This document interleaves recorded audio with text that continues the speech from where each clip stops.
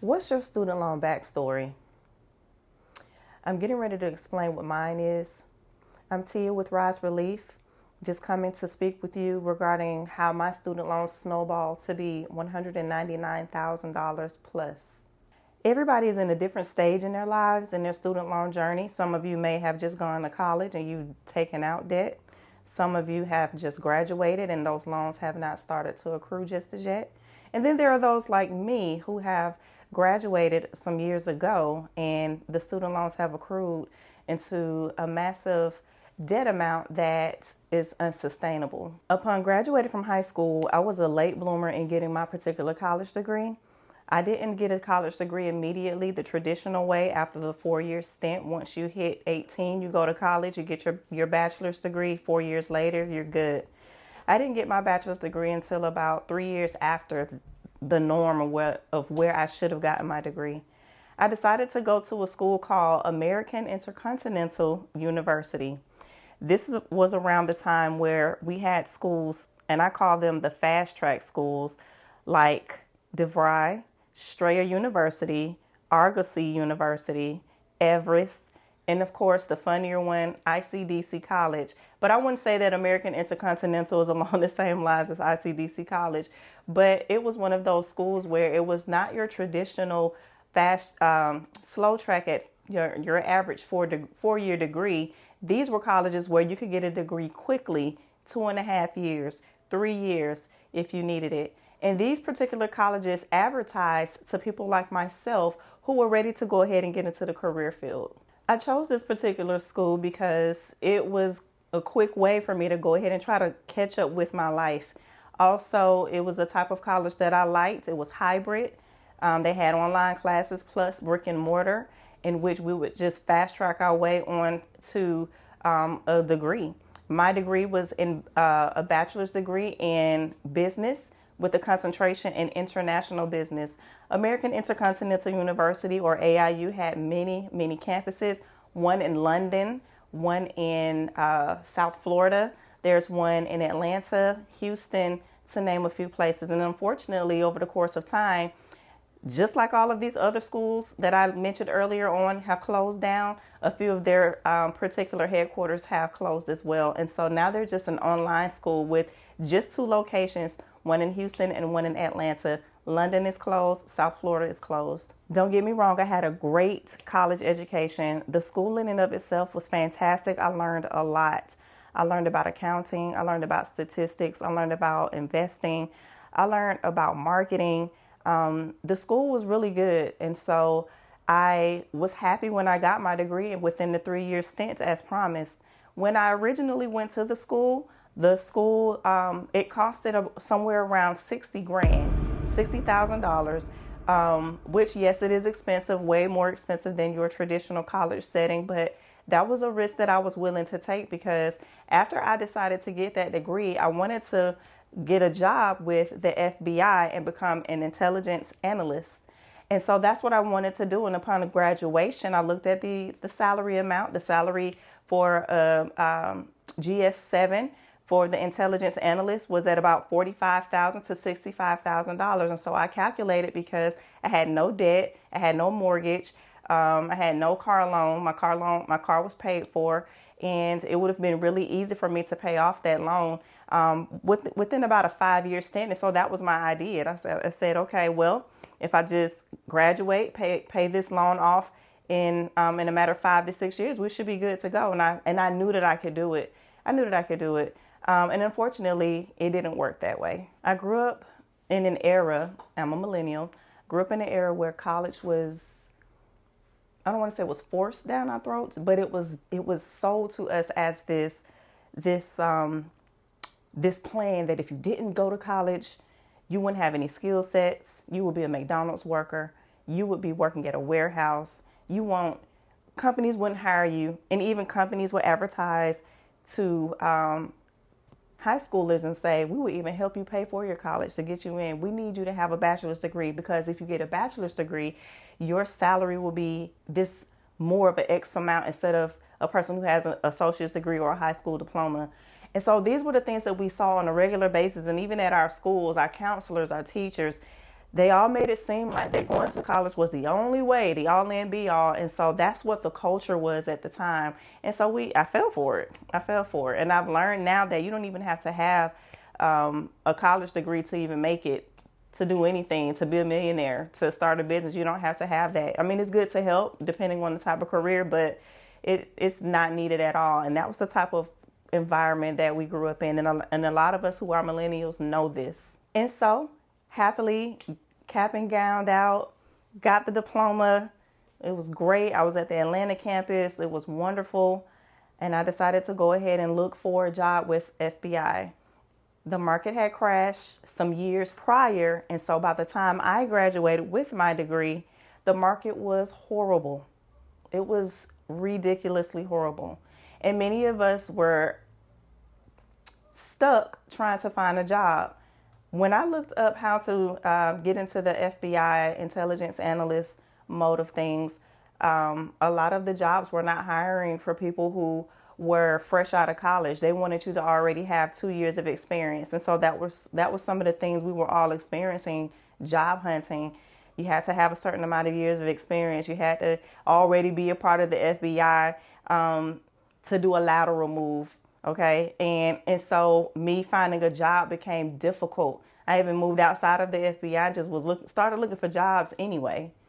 And in the meantime, as I was looking, it was time to pay the loans. It was time to pay the loans. And I had to put my loans in deferment, unfortunately. Forbearance. I called the student loan servicers.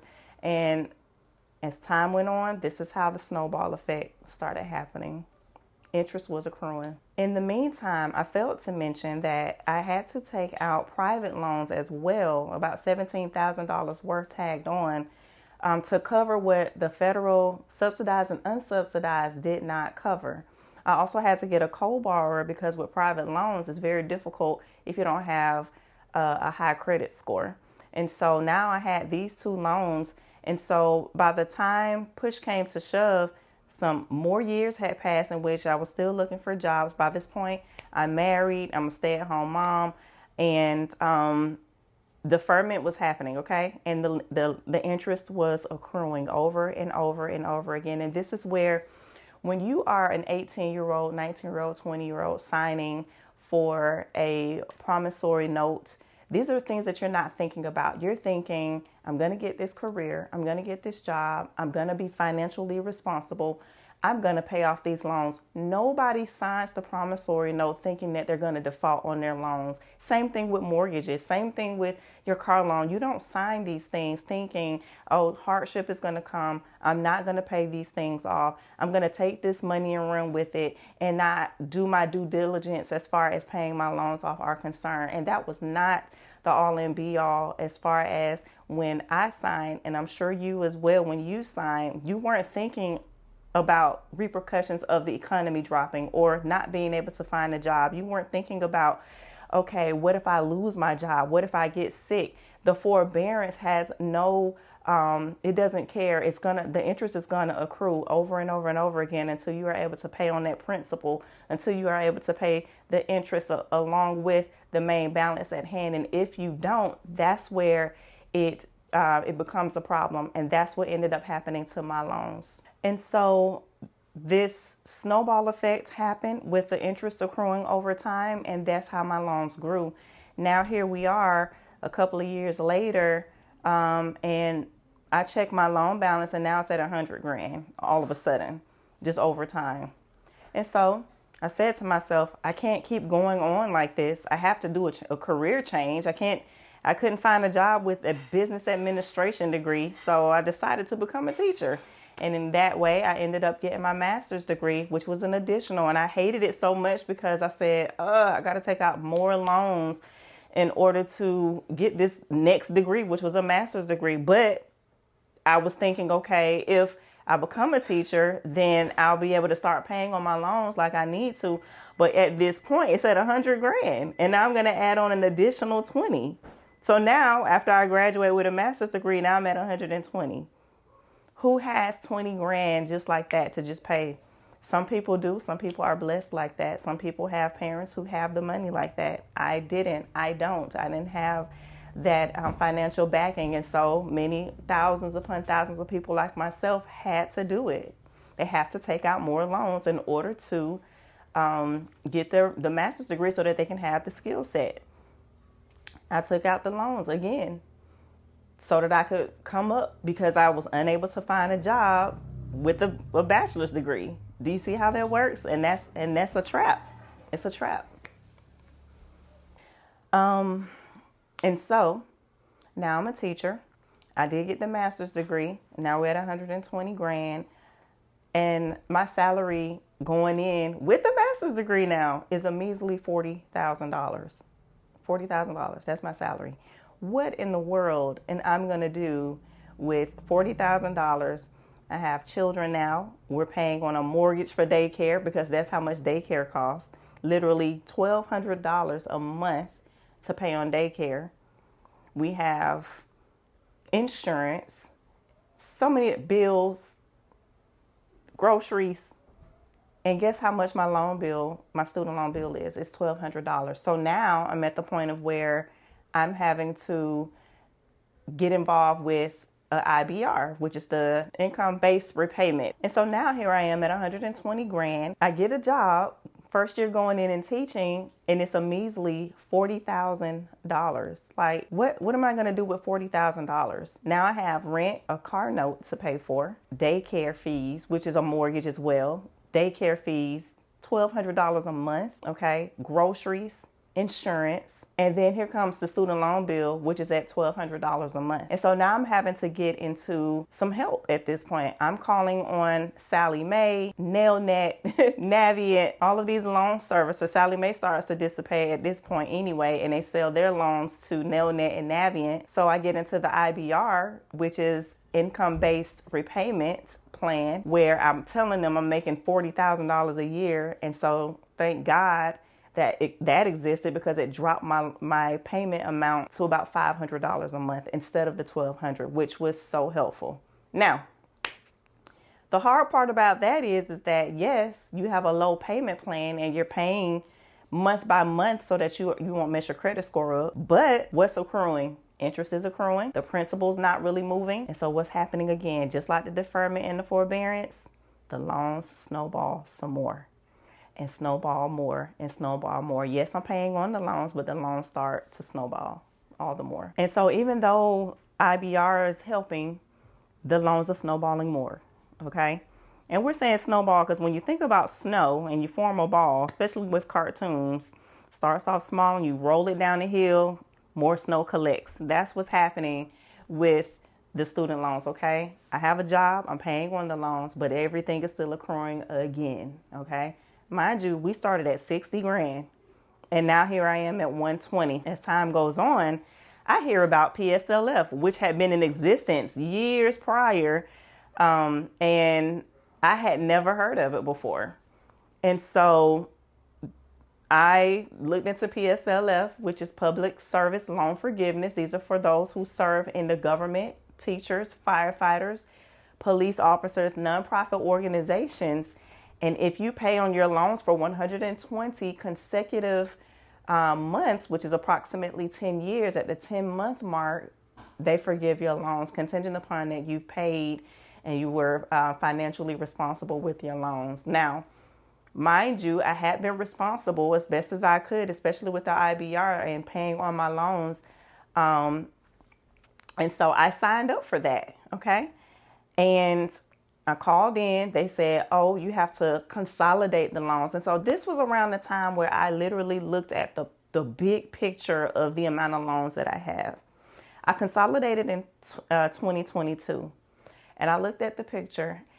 Now the loan amount is at $164,000 when I consolidated my loans.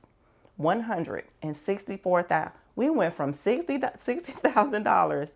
And it's not, I have to laugh about it because it's ridiculous. $60,000 to $164,000 at consolidation so that I can get into the PSLF. Mind you, this is not including my private loans. Private loans is a whole nother story that I'll tell at a later date. It makes me feel a way. especially when I was able to see the amount of loans that I had when it was time for consolidation. It was an embarrassing number. And to be honest with you, the number is even larger now because I'm on the IBR and it's something that can never be touched. When looking at it politically and how there have been administrations that have gone through the bat to help ailing Americans who are in financial distress like myself with the SAVE Act, allowing us to do, excuse me, IBR rates, interest only. It never solved anything. It just kind of put a Band-Aid on what still is there. People like me and you who have loans that seemingly will never be paid off until the day we die. We'll be 85 years old, 90 years old, still paying on a student loan. Never was able to live, never was able to vacation like we wanted to, never was able to enjoy our families, to enjoy life because the economy, because it's difficult to find jobs, because the increasing of payments for everything has gone up substantially, but wages have not gone up to match that. To be honest, in my opinion, is crooked. It's real crooked for the government to have the forbearance and still make interest accrue, knowing that if I can't pay on the loans now, why in the world would you cause interest to accrue while I'm in my financial troubles? That makes absolutely no sense. We are at about $1.7 trillion of debt with student loans alone here in the United States only. Let that sink in. It's a very large number. And I sat back one day in my anguish because I got to the point of where student loan servicers were calling, particularly the private loan sector. You owe us, you need to pay us, blah, blah, blah. And I said, this can't be so. This can't be true. This is becoming an emergency at this point. What are we going to do about this? What can be done? We can't depend on the government. We can't depend on anyone else. We can't depend on laws. Nothing. What can we do? And so I sat and said, what if we help each other? What if we help each other pay off our student loans? What if we come together as a community? What if we pull together our own personal financial resources? What if we each put into a pot a certain amount, $20, $30 each? And then thinking about mathematically, let's say if 1 million people put in $1, that's $1 million right there. That's $1 million worth of student loans that can be paid off. And so I'm thinking about this and I'm doing the math and I'm like, we can help each other. What kind of system can I set up to have all of us help one another at this point? You can't file for bankruptcy. You can't discharge the loans unless your school was a school that went out of business and your degree didn't count. That's about the only time where you can literally get out of your loans and get them discharged. You can't do anything. They literally set it up to where you can't get out of the loans. It's a trap. Why don't we help each other? And so this is the reason why I started RiseRelief, with the idea in mind that if we each consider one another, take a portion of our funds, a little tiny amount, or as much as you want, put it in a pool, in a pot of money, and allow RiseRelief to call your loan servicer and utilize the funds to wipe your debt clean with no strings attached. We have something going here. It would be such an excellent idea. Imagine the debt freedom you would have. Imagine the financial freedom you would have. Imagine not have to ever worry about student loans ever again in your life. Imagine it. Literally no strings attached, and I mean that. That's where we're headed with RiseRelief, and I'm building the business right now as we speak. I'm building it. I'm building a team. I'm building social media marketers. We're getting a website built right now so that we can begin to start this process. And I'm very, very, very excited about it. Please like and share this video and subscribe, because every week we're going to be updating, and every week I'll let you know when we're getting ready to do this thing. We're in the process right now, and I'm looking forward to building with you, and I'm looking forward to paying off your student loans and mine.